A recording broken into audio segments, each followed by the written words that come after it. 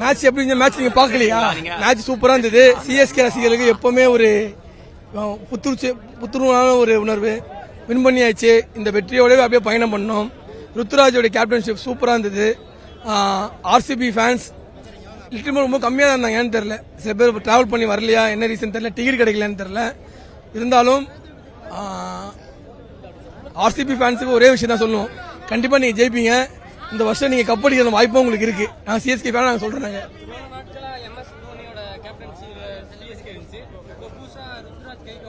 Sir எப்பவுமே எல்லாமே ஒரு மாற்றம் வரும் சார். கண்டிப்பா சூப்பரா இருந்துச்சு சார். அதனால இந்த பேட்டியை வந்து எல்லாமே சேவ் பண்ணி வச்சிங்க. ஃபியூச்சர்ல இந்தியாவுடைய பெஸ்ட் கேப்டனா ருத்துராஜ் இருப்பாரு. அந்த அளவுக்கு தோனி வந்து தயார் பண்ணிட்டு போயிடுவார்.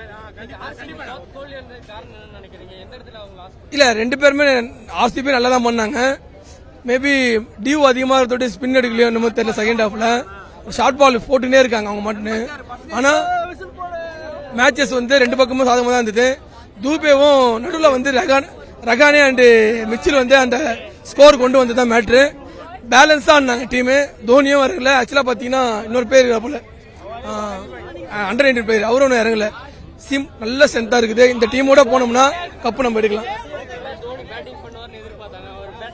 அவர் கேட்ச் பிடிச்சாரு, ரன் அவுட் பண்ணாரு. இது மேல என்ன வேணும்? பயங்கரமா இருந்துச்சு bro. Obviously Chennai super kings match எப்படி இருந்திருக்கும்? பயங்கரமா தான் இருந்திருக்கும். ஆர்சிபி நல்லாவும் ஆடினாங்க, சென்சிபிளா பேட்டிங் ஆடினாங்க. பட் ஆப்வியஸ்லி சென்னை சூப்பர் கிங்ஸோட இம்பாக்ட் பிளேயர் வந்து பூந்து உள்ள வேற மாதிரி ஆட்டாரு. நல்லா இருந்தது ப்ரோ. சூப்பர்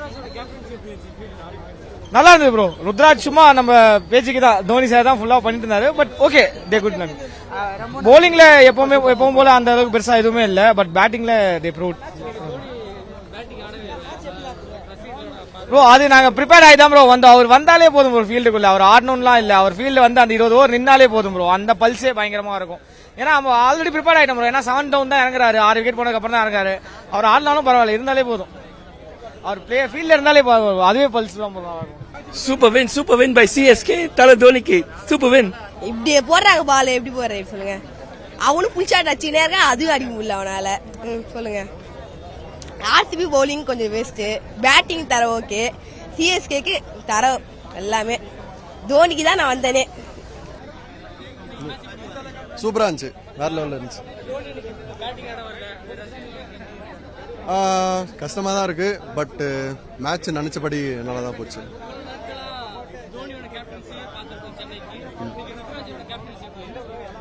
சூப்பரா இருந்துச்சு. தோனி கைட் பண்ண மாதிரி தான் ஆடின மாதிரி இருந்துச்சு. But it was good. ஆட வரல தான். பட் சீசன் வந்ததே போதும், வராம இருக்கிறதுக்கு வந்ததே போதும். பார்த்ததே சந்தோஷமா இருக்கு. ஃபீல்டிங் வேற லெவல்ல இருந்துச்சு, செம்ம ஃபீல்டிங்கு. ஆனா சிஎஸ்கே தான் ஜெயிக்கணும்னு ஆசையா இருக்கு. சிஎஸ்கே ஜெயிச்சிருச்சு, அது போதும். தேங்க்யூ. செய்திகளை உடனுக்குடனும் துல்லியமாகவும் தெரிந்து கொள்ள சப்ஸ்கிரைப் பண்ணுங்க.